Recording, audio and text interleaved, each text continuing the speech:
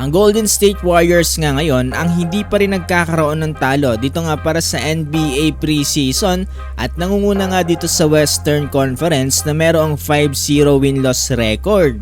Tapos nga ilang beses na pag-i-eksperimento ng kanilang lineup ay mukhang nakuha na nila ang tamang timpla. Kaya naman ng NBA star na si Trae Young, pinapansin din ang pagkaka-perfect fit dito nga ni Buddy Hield para nga dito sa Golden State Warriors.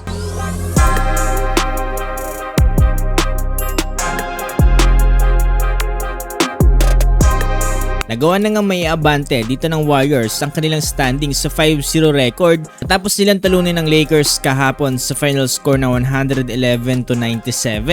Pero bago yan, baka gusto nyo subukan itong napaka-solid na Gilas Pilipinas t-shirt. Dating 309 pesos ito, ngayon ay mabibili mo na lamang ng 155 pesos. 50% off ngayong araw sa Shopee. Click mo lang yung link sa comment section. Ito ay nakapagdala si Moses Moody ng 21 points na sinusundan ni Curry with 16 points.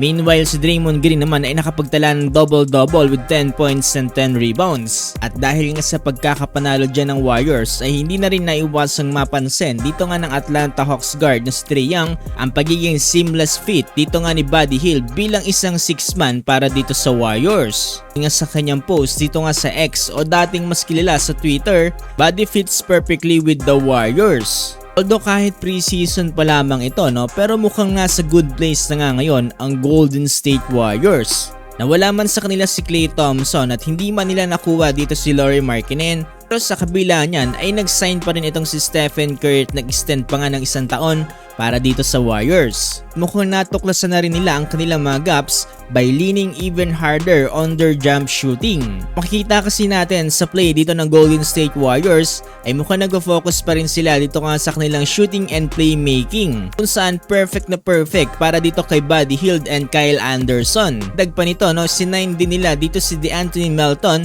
na kung saan magpo-provide ng some defense dito nga sa backcourt kasabay ni Stephen Curry. Naman kung pinagkukumpara nga ng mga tao itong si Buddy Hield at Klay Thompson, mukhang meron ngang ibubuga itong si Buddy Hield at in fact mukhang mas better shooter na siya ngayon dito nga compare kay Klay Thompson ay dahil na rin siguro sa mga previous injuries dito ni Klay Thompson na kung saan naaapektuhan ng kanyang game. Dahil nga sa magandang shooting ngayon dito ni Buddy Hield ay magiging magandang reliable decoy siya dito nga kasabay ni Stephen Curry habang nag-navigate to through screens to look for an open shot. Ilang mga teams nga daw kung papapiliin kung sino ang titira between kay Curry and Buddy Hield, mas pipiliin nga daw nilang maging open itong si Buddy Hield compare dito kay Stephen Curry. Base nga sa mga nakikita natin dito nga sa kanilang mga previous games, ay mukhang nadadala naman dito ni Buddy Hield ang kanyang heavier shooting load, nagpapahinga nga itong si Stephen Curry. Sa kabila niyan ay kinakailangan pa rin talagang mag-step up dito nga ng mga other players kagaya na lamang dito ni Andrew Wiggins. Saan ina-advisean nga dito ni Coach Steve Kerr